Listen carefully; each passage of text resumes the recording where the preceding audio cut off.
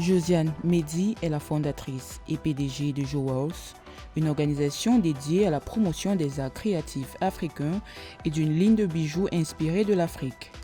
Diplômée en communication et affaires publiques, elle a travaillé dans divers secteurs dont la presse, les textiles, le pétrole et les nouvelles technologies. Forte de cette expérience, elle a décidé de retourner au Cameroun pour soutenir l'art et la culture. Jewels soutient aujourd'hui des créateurs dans plusieurs pays africains tels que le Cameroun, le Sénégal et le Nigeria. Découvrez cette femme leader dans ce numéro de Femina. Alors, je m'appelle Josiane Mehdi et je suis créatrice de mode, mais plus particulièrement, je crée des accessoires qui sont des vecteurs d'histoire. Donc, je travaille le bronze et pour l'instant, le support que j'utilise, c'est le bijou. Alors, j'ai eu une enfance normale, donc née à Paris, de parents camerounais qui se sont mariés très jeunes. Je suis rentrée au Cameroun quand j'étais enfant et repartie pendant mon adolescence. Mais ayant toujours eu un amour pour l'Afrique, je suis revenue à maintes reprises, tant pour des raisons professionnelles que pour des raisons personnelles, et pour maintenir en fait le contact avec mes racines. Donc j'ai beaucoup travaillé dans la com. Mon parcours essentiellement est un parcours de communication appliqué à plusieurs secteurs. Et aujourd'hui, j'ai arrêté de travailler pour des entreprises, pour me mettre à mon compte, poursuivre un rêve, poursuivre ma passion, qui est de faire parler l'Afrique, de raconter l'Afrique. Et je la raconte donc à travers mes créations, pour l'instant, des bijoux. Alors, j'ai un bac+5 en communication d'entreprise. J'ai travaillé 30 ans dans la com, en agence, dans la mode, j'ai travaillé chez Lacoste. Ensuite, j'ai travaillé dans le pétrole, j'ai travaillé sur le pipeline Tchad-Cameroun. Après le pétrole, j'ai travaillé en bureau d'études, mais un bureau d'études toujours dans le secteur pétrolier, pour revenir ensuite sur les nouvelles technologies, technologies de tracking. Mais j'ai toujours été très bricoleuse, très manuelle. J'ai toujours eu un style un peu à part, donc j'ai toujours dessiné mes propres vêtements. J'ai toujours détourné en fait mes accessoires de leurs usages initiaux.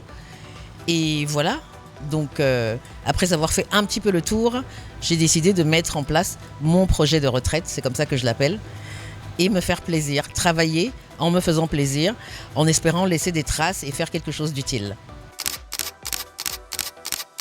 Pour moi, j'estime que la femme n'a même pas besoin de prouver son leadership. Il est naturel. Donc, l'importance qu'on y donne, tout dépendra de la société.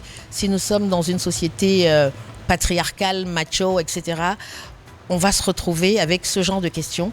Si nous sommes dans une société un peu moins patriarcale, à ce moment-là, oui, la femme, de toute façon, elle va naturellement prendre sa place. Je dis ça, encore une fois, je reviens sur la dernière expérience que j'ai vécue. J'ai lancé ma collection au Congrès des États-Unis. Et je n'ai jamais vu autant de femmes noires. Elles sont femmes, elles sont noires, et elles font les lois, elles défont les lois, elles tiennent le pays. J'ai découvert une Amérique tenue par les femmes, qui n'ont pas besoin de prouver leur leadership, elles sont là, elles font. Écoutez, j'ai la chance d'avoir un mari qui me soutient, qui m'accompagne, qui me porte et qui m'aide à déployer mes ailes. Côté famille, on arrive à gérer. On se déplace de temps en temps avec les enfants, mais on y arrive. Comme je dis, j'ai un mari exceptionnel et des enfants exceptionnels. Alors, les difficultés en tant que femme, pour l'instant, pas vraiment, mais les difficultés en tant que designer, en tant que créatrice, c'est les difficultés qu'on peut rencontrer avec les artisans. C'est-à-dire que vous avez quelque chose dans la tête, vous le dessinez, on le réalise.